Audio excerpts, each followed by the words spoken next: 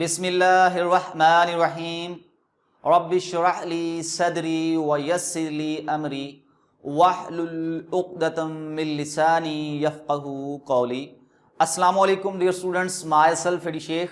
My dear students, आज हम second year inorganic chemistry chapter number 1 start करने जा रहे हैं। इस चैप्टर का नाम है periodic classification of elements and periodicity. Periodic classification of elements का मतलब है एलिमेंट्स की पीरियोडिक टेबल के अंदर तरतीब, एलिमेंट्स की पीरियोडिक टेबल के अंदर अरेंजमेंट, और पीरियोडिसिटी का मतलब है एलिमेंट्स की प्रॉपर्टीज का रिपीट होना। पीरियोडिक टेबल में एलिमेंट्स की प्रॉपर्टीज का रिपीट होना, इन दोनों टर्म्स को हम डिटेल से डिस्कस करेंगे। उससे पहले मैं आपको इस चैप्टर का इंट्रोडक्शन करवा देता हूं। माय डियर स्टूडेंट्स, इस चैप्टर में हम सबसे पहले historical background of periodic table discuss करेंगे। लेक्चर नंबर 2 में हम द मॉडर्न पीरियोडिक टेबल पढ़ेंगे इंशाल्लाह। लेक्चर नंबर 3 में हम कुछ फिजिकल प्रॉपर्टीज और पीरियोडिक टेबल के अंदर उन फिजिकल प्रॉपर्टीज का ट्रेंड्स डिस्कस करेंगे। हमने 8 फिजिकल प्रॉपर्टीज डिस्कस करनी है। उनमें सबसे पहले atomic and ionic radius, then ionization energy, electron affinity, metallic and non metallic character, melting and boiling points, oxidation state, electrical conductance और हाइड्रेशन एनर्जी डिस्कस करेंगे इंशाल्लाह। माय डियर स्टूडेंट्स, उसके बाद हम हैलाइड्स डिस्कस करेंगे, देन हाइड्राइड्स, देन ऑक्साइड्स, और इस chapter के सबसे आखिर में इंशाल्लाह हम पोजीशन ऑफ हाइड्रोजन को डिटेल से डिस्कस करेंगे। माय डियर स्टूडेंट्स, आज के इस टॉपिक में हमने चैप्टर का नाम समझना है और हमने हिस्टोरिकल बैकग्राउंड डिस्कस करना है। हमने पीरियोडिक टेबल का हिस्टोरिकल बैकग्राउंड डिस्कस करना है। तो 3 चीजें, हम पीरियोडिक टेबल की डेफिनेशन डिस्कस करेंगे, पीरियोडिसिटी और पीरियोडिक टेबल का हिस्टोरिकल बैकग्राउंड। ये चीजें आज के टॉपिक में हमने कवर करनी है। सबसे पहले हम पीरियोडिक टेबल की डेफिनेशन डिस्कस करते हैं। Periodic table is the tabular display. Periodic table जो है ये टेबुलर डिस्प्ले है, टेबल की मदद से इजहार है। किसका? ऑफ एलिमेंट्स, एलिमेंट्स का टेबल की मदद से इजहार according to their increasing atomic number, उनके बढ़ते हुए एटॉमिक नंबर के लिहाज से, in various groups and periods, मुख्तलिफ ग्रुप्स में और पीरियड्स में। This is called periodic table. Periodic table क्या है? पीरियोडिक टेबल टेबुलर डिस्प्ले है एलिमेंट्स का उनके बढ़ते हुए एटॉमिक नंबर के लिहाज से ग्रुप्स और पीरियड्स के अंदर। माय डियर स्टूडेंट्स, ये पीरियोडिक टेबल की मॉडर्न डेफिनेशन है। अब इसमें 2 टर्म्स हैं, एक है ग्रुप और दूसरी है पीरियड। ग्रुप और पीरियड, पीरियोडिक टेबल के अंदर जो एलिमेंट्स के वर्टिकल कॉलम्स हैं उनको ग्रुप्स कहा जाता है, और पीरियोडिक टेबल के अंदर जो एलिमेंट्स की हॉरिजेंटल रोज हैं उनको पीरियड कहा जाता है। तो ये था पीरियोडिक टेबल। नेक्स्ट हमने डिस्कस करना है periodicity. Dear students, periodic table के अंदर रेगुलर इंटरवल्स के बाद एलिमेंट्स की प्रॉपर्टीज का रिपीट होना, दैट इज कॉल्ड पीरियोडिसिटी।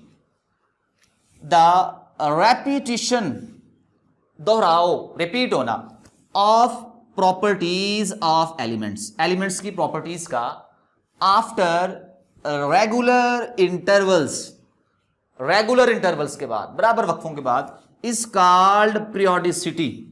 इसको हम पीरियोडिसिटी कहते हैं। तो हमने अपने चैप्टर का नाम डिस्कस कर लिया है, पीरियोडिक क्लासिफिकेशन ऑफ एलिमेंट्स मतलब पीरियोडिक टेबल, और पीरियोडिसिटी एलिमेंट्स की प्रॉपर्टीज की repetition. Dear students, historical background की तरफ बढ़ते हैं। हिस्टोरिकल बैकग्राउंड, पीरियोडिक टेबल बनाने में बहुत सारे साइंटिस्ट का किरदार है। हमने सिर्फ उन साइंटिस्ट को डिस्कस करना है जिनकी कंट्रीब्यूशन ज्यादा है और अच्छी है। उन साइंटिस्ट में सबसे पहले है Al Razi, then Dobereiner, then de Chancourtois, then Newlands, Lothar Meyer, Mendeleev's and सबसे आखिर में मोजले, हेनरी मोजले। डियर स्टूडेंट, ये मैंने 7 साइंटिस्ट लिखे हैं। इनमें भी कुछ साइंटिस्ट ऐसे हैं जिनका काम बहुत ज्यादा है और अच्छा है। उनमें अल राजी, डोबराइनर, न्यूलैंड, मेंडेलीव एंड मोजले, ये वो साइंटिस्ट हैं जिनकी कंट्रीब्यूशन मेजर है। और ये डी कैन कोटुइज, इसी तरह लॉदरमियर, इनका काम भी अच्छा है लेकिन इनके काम को ज्यादा सराहा नहीं गया। हम इनको भी डिस्कस करेंगे इंशाल्लाह। डियर स्टूडेंट्स, अल राजी की कंट्रीब्यूशन डिस्कस करते हैं। अल राजी was a Muslim scientist. He classified elements and compounds, उसने एलिमेंट्स और कंपाउंड्स को क्लासिफाई किया on the basis of their physical and chemical properties, उनकी फिजिकल और केमिकल प्रॉपर्टीज की बेस पे और ओरिजिन की बेस पे। ओरिजिन वो जगह जहां से कोई एलिमेंट या कंपाउंड हासिल होता है, वो ओरिजिन या सोर्स होता है। तो अल राजी ने एलिमेंट्स को भी क्लासिफाई किया, कंपाउंड्स को भी क्लासिफाई किया, उनकी फिजिकल और केमिकल प्रॉपर्टीज की बेस पे और उनके ओरिजिन के बेस पे। तो आपने बस इतना सा याद करना है इसमें। नेक्स्ट है G Dobereiner was a German chemist. ये जर्मन केमिस्ट है। इसने 1829 के अंदर एलिमेंट्स को अरेंज किया according to their increasing atomic messes.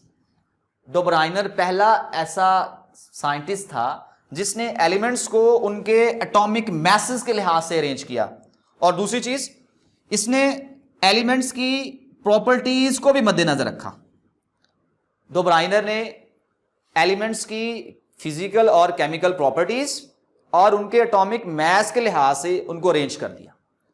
अब इसने क्या किया, इसने ना तीन एलिमेंट्स के ग्रुप्स बनाए। इसने तीन एलिमेंट्स के ग्रुप्स बनाए। उन ग्रुप्स के अंदर जो एलिमेंट थे उनकी प्रॉपर्टीज सेम थी और उस ग्रुप को ट्राइएड का नाम दिया। तो डोबराइनर का 3 एलिमेंट्स के ग्रुप वाला सेट जिनकी फिजिकल और केमिकल प्रॉपर्टीज सेम है उसको ट्राइएड कहा जाता है। और इसने अपनी क्लासिफिकेशन को लॉ ऑफ ट्राइएड की फॉर्म में एक्सप्रेस किया। माय डियर स्टूडेंट्स, डिस्कस करते हैं। In 1829, he arranged elements according to their increasing atomic masses and their properties. उसने एटॉमिक मैसेज और प्रॉपर्टीज की बेस पे एलिमेंट्स को अरेंज कर दिया। He proposed law of triad. उसने लॉ ऑफ ट्राइएड प्रपोज किया। स्टूडेंट, हम सबसे पहले देखते हैं कि ट्राइएड क्या होता है, देन हम देखेंगे लॉ ऑफ ट्राइएड क्या है और फिर हम लॉ ऑफ ट्राइएड को समझेंगे। डियर स्टूडेंट्स, हम सबसे पहले ट्राइएड को डिस्कस करते हैं। Triad is the set of 3 elements.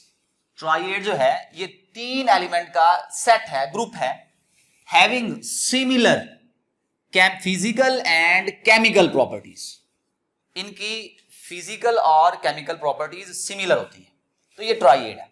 Triad 3 elements का ऐसा ग्रुप है जिनकी फिजिकल और केमिकल प्रॉपर्टीज सेम होती हैं। ये डोबराइनर ने अरेंज किया। जैसा कि लिथियम, सोडियम, पोटाशियम, ये 3 एलिमेंट हैं, इनकी केमिकल प्रॉपर्टीज भी सेम होती हैं और फिजिकल प्रॉपर्टीज सिमिलर होती हैं। इसी तरह chlorine, bromine, iodine, calcium, strontium, barium, sulphur, selenium, tellurium, तो ये वो ट्राइएड्स हैं जो डोबराइनर ने दिए। तो ट्राइएड हमने कवर कर लिया। ट्राइएड 3 एलिमेंट्स का ऐसा ग्रुप है जिसकी फिजिकल और केमिकल प्रॉपर्टीज सिमिलर होती हैं। देन हम डिस्कस करते हैं law of triad. Law of triad क्या है? तो डे ब्रायनर ने कहा कि ट्राइएड जो है ये तीन एलिमेंट्स का ऐसा सेट है जिनकी फिजिकल और केमिकल प्रॉपर्टीज सेम होती हैं। इसमें जो मिडल वाला एलिमेंट है उसका एटॉमिक मास बाकी दो का एवरेज है, बाकी दो का मीन है। ये था लॉ ऑफ ट्राइएड। मैं रिपीट करता हूं, उसने कहा कि जो ट्राइएड है ये तीन एलिमेंट का एक सेट है, तीन एलिमेंट का ग्रुप है जिसमें मिडल वाले एलिमेंट का एटॉमिक मास बाकी दो एलिमेंट्स के एटॉमिक मास का एवरेज है, उसका मीन है। आइए इसको डिस्कस करते हैं। Triad is a set of three elements, ये तीन एलिमेंट का सेट है, in which atomic mass of middle element, जिसमें मिडल एलिमेंट का atomic mass is the mean, वो एवरेज है, मीन है, ऑफ अदर टू, बाकी दो का। मैं इस चीज को एक्सप्लेन करता हूं, देखें जरा। जैसे लिथियम है हमारे पास, लिथियम का एटॉमिक मास होता है 7, सोडियम इसका एटॉमिक मास 23 AMU। इसी तरह पोटेशियम इसका एटॉमिक मास 39.1 AMU, अप्रोक्सीमेटली 39। अब हम इस बात को यहां पे अप्लाई करते हैं। तो डे ब्रायनर ने कहा कि आप ट्राइएड का पहला एलिमेंट लें और उसका आखिरी एलिमेंट लें, और उनका एवरेज जब लेंगे आप, उनके मास का जब आप एवरेज लेंगे तो जो आंसर आएगा वो मिडल वाले का मास होगा। देखें जरा, फर्स्ट एलिमेंट है लिथियम जिसका मास है 7, लास्ट एलिमेंट है पोटेशियम जिसका मास तकरीबन 39 है। इनका सम लेके हम एवरेज लेते हैं, 2 पे डिवाइड करते हैं। 7 + 39 is equal to 46 divided by 2 is equal to 23 AMU। तो आप देख सकते हैं कि जो 23 है ये सोडियम का मास है। तो ये था डे ब्रायनर का ट्राइएड लॉ। मिडल वाले एलिमेंट का एटॉमिक मास बाकी दो एलिमेंट के एटॉमिक मास का मीन है, that is law of triad. अब ये जो लॉ ऑफ ट्राइएड है ये रिजेक्ट हो गया, उसकी दो बुनियादी वजूहात हैं। पहली रीजन, तमाम एलिमेंट्स लॉ ऑफ ट्राइएड को फॉलो नहीं करते, तमाम एलिमेंट्स लॉ ऑफ ट्राइएड को फॉलो नहीं करते। दूसरी बात, लॉ ऑफ ट्राइएड की मदद से डे ब्रायनर जो है वो सारे एलिमेंट्स को, सारे नॉन एलिमेंट्स को अरेंज नहीं कर पाया। तो ये दो बुनियादी वजूहात हैं जिसकी वजह से लॉ ऑफ ट्राइएड जो है वो रिजेक्ट हो गया। नेक्स्ट है जी de Chancourtois. De Chancourtois ये फ्रेंच जियोलॉजिस्ट है। तो इसने 1862 में अपना काम शुरू किया। इसने क्या किया, इसने नॉन एलिमेंट्स को उनके एटॉमिक मास के लिहाज से अरेंज कर दिया। इसने एक ग्राफ बनाया, स्पाइरल ग्राफ। उस ग्राफ को द टेलोरिक हेलिक्स बोला जाता है, the telluric helix. My dear students, he arranged the known elements according to their increasing atomic masses। तो डी कैन कोर्टुइस ने एलिमेंट्स को उनके एटॉमिक मासेस की बेस पे अरेंज किया। उसने क्या किया, उसने एक स्पाइरल ग्राफ बनाया नॉन एलिमेंट्स का जो उस टाइम पे डिस्कवर हो चुके थे, और उस स्पाइरल ग्राफ को द टेलोरिक हेलिक्स कहा जाता है। The telluric helix, tellurium element होता है, उस बेस पे नाम है, और हेलिक्स स्पाइरल है, स्पाइरल स्प्रिंग नुमा। ये था जी de Chancourtois. My dear students, अब हम न्यूलैंड की कंट्रीब्यूशन डिस्कस करते हैं। Newland was a English chemist. ये एक इंग्लिश केमिस्ट था और ये म्यूजिशियन भी था, म्यूजिशियन। इसने केमिस्ट्री और म्यूजिक को मिक्स कर दिया। इसने लॉ ऑफ ऑक्टेव दिया और उस लॉ की बेस पे अपने एलिमेंट्स को क्लासिफाई किया। आइए हम इसकी कंट्रीब्यूशन को डिटेल से डिस्कस करते हैं। In 1864 he arranged the 62 elements, इसने 1864 के अंदर 62 एलिमेंट को अरेंज किया according to their increasing atomic mass, उनके बढ़ते हुए एटॉमिक मास की बेस पे। His classification based on law of octaves, इसकी जो क्लासिफिकेशन थी वो लॉ ऑफ ऑक्टेव की बेस पे थी। लॉ ऑफ ऑक्टेव क्या है सुन लें जरा पहले। अगर हम एलिमेंट्स को उनके बढ़ते हुए एटॉमिक मास के लिहाज से अरेंज करें तो 8वें एलिमेंट की प्रॉपर्टीज पहले एलिमेंट से मिलती हैं। That is law of Octave. Octave ये एक लैटिन टर्म ऑक्टेवस से डिराइव किया गया है। ऑक्टेवस का मतलब होता है 8th, 8वां। क्या है लॉ ऑफ ऑक्टेव कि अगर हम एलिमेंट्स को उनके बढ़ते हुए एटॉमिक मास के लिहाज से अरेंज करें तो 8वें एलिमेंट की प्रॉपर्टीज पहले एलिमेंट से मिलती हैं। That is law of octave. आइए इसको डिस्कस करते हैं। If elements are arranged according to their increasing atomic masses, अगर हम एलिमेंट्स को उनके बढ़ते हुए एटॉमिक मैसेज के लिहाज से अरेंज करें, then every 8th element had some properties in common. तो फिर क्या होता है कि 8वें एलिमेंट्स की कुछ प्रॉपर्टीज सेम होती हैं, कॉमन होती हैं विद फर्स्ट वन, पहले से। Like musical notes, musical notes की तरह। माय डियर स्टूडेंट्स, म्यूजिक के 8 बुनियादी धुन हैं, आपने सुने भी होंगे। सा रे गा मा पा दा नी सा। देखें जरा, सा रे गा मा पा दी नी देन सा। देखें सा ये पहला धुन है, पहला नोट है। रे सेकंड, थर्ड, फोर्थ, फिफ्थ, 6, 7। अब 7 के बाद जो 8वां है वो पहले जैसा है। तो उसने म्यूजिकल नोट्स की तरह एलिमेंट्स को अरेंज किया। अब इसको मजीद समझते हैं। देखें जरा, उसने कहा कि अगर हम एलिमेंट्स को उनके बढ़ते हुए एटॉमिक मास के लिहाज से अरेंज करें तो 8वें एलिमेंट्स की प्रॉपर्टीज पहले एलिमेंट की प्रॉपर्टीज से मिलती हैं, जिस तरह म्यूजिकल नोट्स आपस में मिलते हैं, रिपीट होते हैं बार बार। अब उसने ना दरअसल पीरियोडिसिटी का कॉन्सेप्ट दिया। न्यूलैंड ने दरअसल पीरियोडिसिटी का कॉन्सेप्ट दिया पहली बार।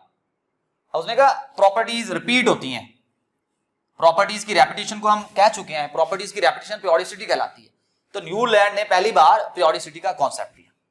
देखें जरा इसने कैसे अरेंजमेंट की एलिमेंट्स की, हम देखते हैं। ये आपके सामने मैंने न्यूलैंड मॉडल शो किया हुआ है। Lithium, beryllium, boron, carbon, nitrogen, oxygen, fluorine. इसके बाद नियोन आता है। नियोन नोबल गैस है। नोबल गैसेस न्यूलैंड के दौर में डिस्कवर नहीं हुई थी। अच्छा, फ्लोरीन, उसके बाद नियोन, फिर सोडियम। अब देखें जरा, पहला एलिमेंट, दूसरा, तीसरा, चौथा, पांचवा, छठा, सातवां, 7 हो गए, ये 8वां आ गया। तो 8वें एलिमेंट की प्रॉपर्टीज पहले एलिमेंट के साथ मिल रही हैं। इसी तरह अगर आप इसकी प्रॉपर्टीज देखना चाहते हैं कि इसके साथ मैच हो रही हैं, देन 1, 2, 3, 4, 5, 6, 7 पोटेशियम से मिल रही हैं। तो आप इस मॉडल में से कोई भी एलिमेंट पकड़ लें, उसकी प्रॉपर्टीज 8वें से मिलेंगी। जैसा कि बोरोन है, ये अगर मैं इसको पहला मानता हूं तो 1, 2, 3, 4, 5, 6, 7 और ये आ गया 8th एलिमेंट। तो 8th एलिमेंट की प्रॉपर्टीज जो हैं वो पहले एलिमेंट से मिलती हैं, दैट इज पीरियोडिसिटी। और ये पीरियोडिसिटी का कॉन्सेप्ट किसने दिया? न्यूलैंड ने दिया। अच्छा, अब इसके काम की बेस पे ना इसने चूंकि पीरियोडिसिटी का कॉन्सेप्ट इंट्रोड्यूस करवा दिया, ही इंट्रोड्यूस कॉन्सेप्ट ऑफ पीरियोडिसिटी, और इसने एलिमेंट्स को अरेंज भी किया, नॉन एलिमेंट्स को अरेंज भी किया। इस बेस पे इसको डेवी मेडल दिया गया। Davy medal from the Royal Society of London in 1887। Royal Society of London की तरफ से न्यूलैंड को उसके वर्क की बेस पे डेवी मेडल से नवाजा गया। हमारे स्टूडेंट्स, न्यूलैंड के मॉडल के कुछ डीमेरिट्स भी हैं, कुछ डिफेक्ट्स भी हैं। उसमें सबसे जो बुनियादी डिफेक्ट है वो ये है कि जो न्यूलैंड का ये मॉडल है ये सिर्फ लाइटर एलिमेंट पे अप्लाई होता है। ऐसे एलिमेंट्स जिनका एटॉमिक मास कम होता है उन एलिमेंट्स पे ये लॉ ऑफ ऑक्टेव अप्लाई होता है।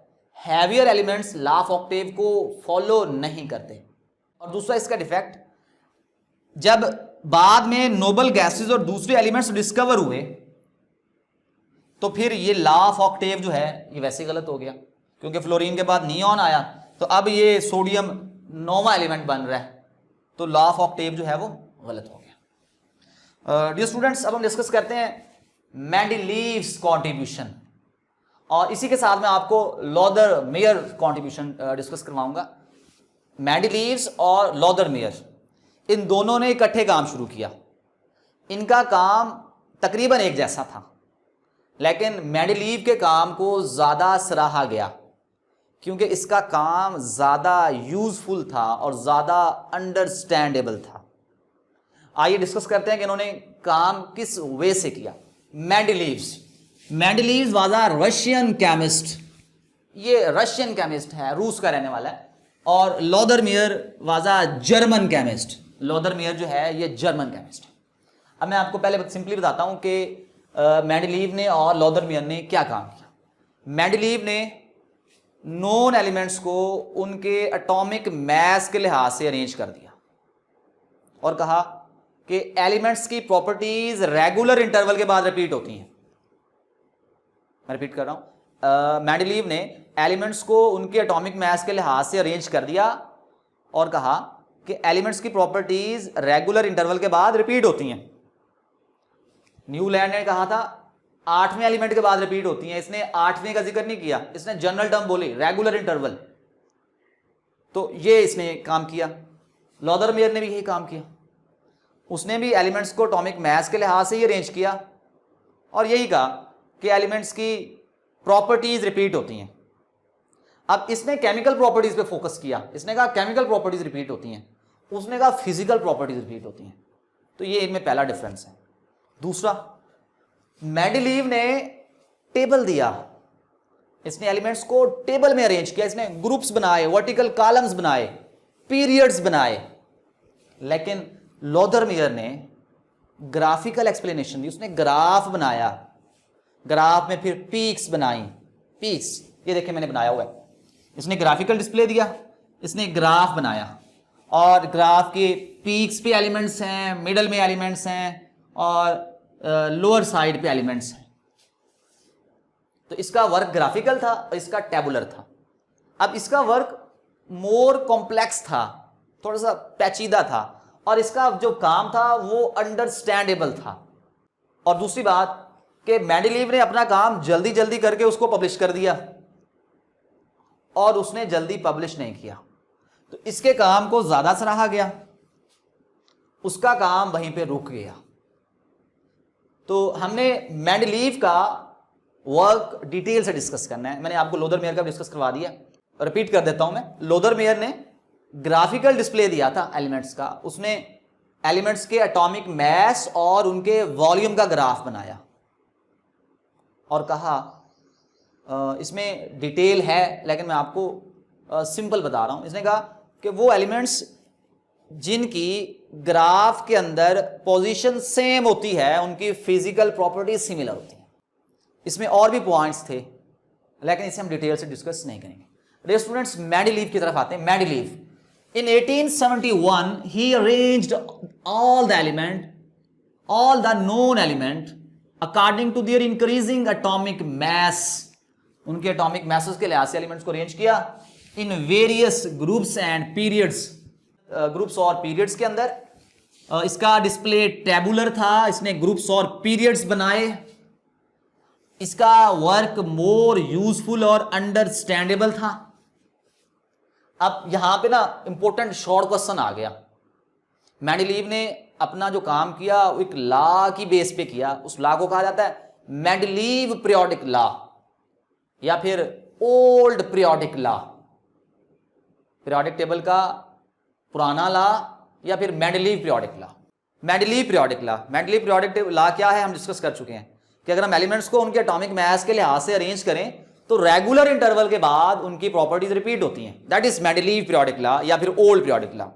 देखें इसको अगर हम शॉर्ट करके लिखें properties of elements are periodic function of their atomic masses. जो एलिमेंट्स की प्रॉपर्टीज हैं वो पीरियोडिक फंक्शन हैं, वो प्रॉपर्टीज बार बार रिपीट होती हैं उनके एटॉमिक मास के लिहाज से। तो वो बात मैंने जो पहले बोली है वही है कि अगर हम एटॉमिक मास के लिहाज से एलिमेंट्स को अरेंज करें तो उनकी प्रॉपर्टीज रेगुलर इंटरवल के बाद रिपीट होती हैं। That is Mendeleev periodic law. ये इंपॉर्टेंट शॉर्ट क्वेश्चन है, आगे हम डिस्कस करेंगे। मॉडर्न पीरियोडिक लॉ, डिफरेंस आता होता है एग्जाम में, differentiate between Mendeleev periodic law and modern periodic law. Dear students, Mendeleev ने जो काम किया उसके बहुत सारे एडवांटेजेस हैं और कुछ डिफेक्ट्स भी हैं। पहले हम इसके एडवांटेजेस डिस्कस करते हैं, मेरिट्स डिस्कस करते हैं। Elements which have same valency arranged in same group. Mendeleev ने सेम वैलेंसी रखने वाले एलिमेंट्स को सेम ग्रुप में रख दिया। दूसरा, he foretold about the characteristic of undiscovered element. इसने ना उन एलिमेंट्स की प्रॉपर्टीज भी बता दी जो अभी तक डिस्कवर नहीं हुए थे। फोरटोल्ड, पहले बता दिया, इसने उन एलिमेंट्स की प्रॉपर्टीज को पहले बता दिया जो अभी तक डिस्कवर नहीं हुए थे। और इसने अनडिस्कवर्ड एलिमेंट्स के लिए खाली जगह छोड़ दी। इसे पता था कि और एलिमेंट्स डिस्कवर हो सकते हैं, क्योंकि ये एक एलिमेंट को रखता फिर दूसरे को रखता, जब दोनों के मैसेज का गैप देखता तो वो गैप जो है वो इरेगुलर होता, बहुत ज़्यादा होता। तो उस गैप की वजह से ये अंदाज़ा लगा लेता कि अभी कोई एलिमेंट डिस्कवर होना है जो इसके मिड में आएगा। मिसाल के तौर पे देखें, ग्रुप जो 3A है पीरियोडिक टेबल का, उसमें बोरोन है। इसके दौर में तो ये 3A नहीं था, बाद में ये सब ग्रुप्स आए। तो ग्रुप 3 की बात कर रहे हैं, बोरोन, एल्यूमिनियम, ये ग्रुप 3 में आते हैं। अब उसके बाद वाला एलिमेंट मिसिंग था, इसके बाद वाला एलिमेंट डिस्कवर नहीं हुआ था।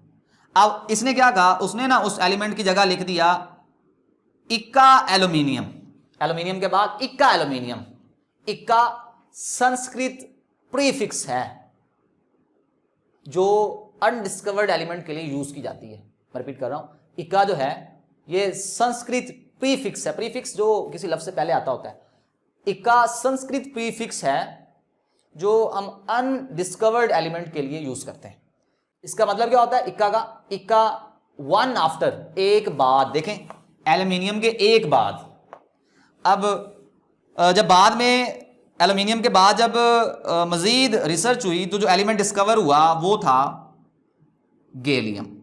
तो मतलब इक्का जो एल्यूमिनियम है इसकी जगह पे कौन सा एलिमेंट आ गया? गैलियम आ गया। गैलियम की प्रॉपर्टीज अपने ग्रुप से जो है वो मिलती थी। नेक्स्ट देख लें, कार्बन, सिलिकॉन। अब सिलिकॉन के बाद वाला एलिमेंट डिस्कवर नहीं हुआ था, उसको इसने क्या दिया? इक्का सिलिकॉन। बाद में रिसर्च के बाद जब वो एलिमेंट डिस्कवर हुआ तो वो जर्मेनियम था। तो इसने अपने पीरियोडिक टेबल के अंदर कुछ एलिमेंट्स की खाली जगह छोड़ दी और उनकी प्रॉपर्टीज को इसने पहले ही प्रिडिक्ट कर दिया। इसी तरह इसके कुछ डीमेरिट्स भी हैं, इसके कुछ नकाइस भी हैं। पहली बात, इसने आइसोटोप्स की पोजीशन को असाइन नहीं की, आइसोटोप्स की पोजीशन एक्सप्लेन नहीं की। दूसरी बात, इसने लैंथेनाइड्स और एक्टिनाइड की पोजीशन जो है वो क्लियर नहीं की। नेक्स्ट, इसने पोजीशन ऑफ हाइड्रोजन को एक्सप्लेन नहीं किया। वैसे पोजीशन ऑफ हाइड्रोजन आज तक प्रॉब्लम है, आज तक ये असाइन नहीं हो सकी पोजीशन ऑफ हाइड्रोजन। इस पे हम इंशाल्लाह एक टॉपिक भी डिस्कस करेंगे डिटेल से, लास्ट टॉपिक होगा हमारा। इसी तरह some elements are arranged in irregular manner. इसने कुछ एलिमेंट्स को इर्रेगुलर मैनर से अरेंज किया। देखें जरा कैसे।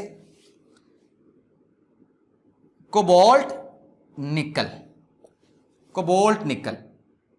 कोबाल्ट का एटॉमिक मास होता है 58.9, निकल का होता है 58.6।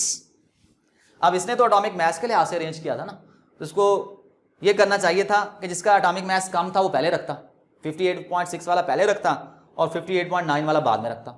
लेकिन इसने क्या किया? अपने ही रूल को फॉलो नहीं किया, जो इसने पीरियोडिक ला दिया उसको ही फॉलो नहीं किया। इसने कोबाल्ट को पहले रख दिया, ज्यादा मैथ्स वाले को पहले रख दिया और कम वाले को बाद में रख दिया। अब चूंकि इसके मॉडल में कुछ डिफेक्ट्स थे, इसका मॉडल एटॉमिक मास की बेस पे बनाया गया था, इसलिए ये प्रॉब्लम आ रहा था। बाद में ये प्रॉब्लम रिजॉल्व हो गया। हेनरी मोजले ने इसे रिजॉल्व किया जब एटॉमिक नंबर की बेस पे अरेंज किया। तो इसने कुछ पेयर थे एलिमेंट्स के जिनकी इरेगुलर अरेंजमेंट इसने की, जैसे कि कोबाल्ट और निकल है, पोटाशियम और आर्गॉन है। आर्गॉन बाद में डिस्कवर रिन्यूएबल गैस है। तो ये वो पेयर्स हैं जिसकी अरेंजमेंट इसने ठीक नहीं की। Next, dissimilar elements are placed together. इसने कुछ एलिमेंट्स जिनकी प्रॉपर्टीज सेम ही नहीं थी, डिसिमिलर थी, उनको इकट्ठा रख दिया, एक ही ग्रुप्स में रख दिया। मिसाल के तौर पे अगर हम ग्रुप 2 की बात करें, beryllium, magnesium, calcium, strontium, barium, उसके बाद इसने रखा जिंक, कैडमियम, मरकरी। तो ग्रुप 2 में इसने क्या कौन से एलिमेंट्स रखे? Beryllium, magnesium, calcium, strontium, barium. अब वैसे इसके बाद रेडियम आता है, रेडियम डिस्कवर नहीं हुआ था। बेरियम और इसके बाद इसने इसी ग्रुप में नीचे रखा जिंक, कैडमियम, मरकरी। अब एक ही ग्रुप के अंदर इसने ये सारे एलिमेंट्स रख दिए। अब ऊपर वाले एलिमेंट्स की केमिकल प्रॉपर्टीज और तरह की हैं, नीचे जिंक, कैडमियम, मरकरी की और तरह की हैं। तो इसने डिसिमिलर एलिमेंट्स को एक ही ग्रुप में प्लेस किया और इसने ना पीरियोडिसिटी की रीजन एक्सप्लेन नहीं की। इसने बता तो दिया कि अगर एटॉमिक मास के लिहाज से अरेंज करें तो एलिमेंट्स की प्रॉपर्टीज रिपीट होती हैं, लेकिन इसने पीरियोडिसिटी की रीजन एक्सप्लेन नहीं की। माय डियर स्टूडेंट्स, ये था मेंडलीव पीरियोडिक टेबल। मैं आपको मेंडलीव का ओरिजिनल पीरियोडिक टेबल दिखाता हूं जो इसने पब्लिश किया था। ये देखिए, इस पीरियोडिक टेबल के अंदर इसने तकरीबन 63 एलिमेंट अरेंज किए। 63 एलिमेंट, कहाँ से लेके कहाँ तक? हाइड्रोजन से लेके यूरेनियम तक। हाइड्रोजन पहला एलिमेंट है, यूरेनियम 92 नंबर का एलिमेंट है। अब मैं कह रहा हूँ कि 63, तो ये क्योंकि दरमियान में कुछ एलिमेंट्स ऐसे भी थे जो डिस्कवर नहीं हुए थे, तो इसने 63 नोन एलिमेंट्स को एटॉमिक मास के लिहाज से अरेंज कर दिया। अब बाद में हेनरी मोजले आया, उसने 1911 के अंदर एलिमेंट्स की एक नई प्रॉपर्टी डिस्कवर की जिसे एटॉमिक नंबर कहा जाता है, और फिर उसने एटॉमिक नंबर की बेस पे पीरियोडिक टेबल बनाया। और मेंडलीव के इस पीरियोडिक टेबल में कुछ इम्प्रूवमेंट्स की। तो नेक्स्ट हम डिस्कस करेंगे improvements of Mendeleev periodic table. वो एक इम्पोर्टेंट लॉन्ग क्वेश्चन है। डियर स्टूडेंट्स, आज का टॉपिक यहीं तक था। दुआओं में याद रखिएगा। अल्लाह हाफ़िज़।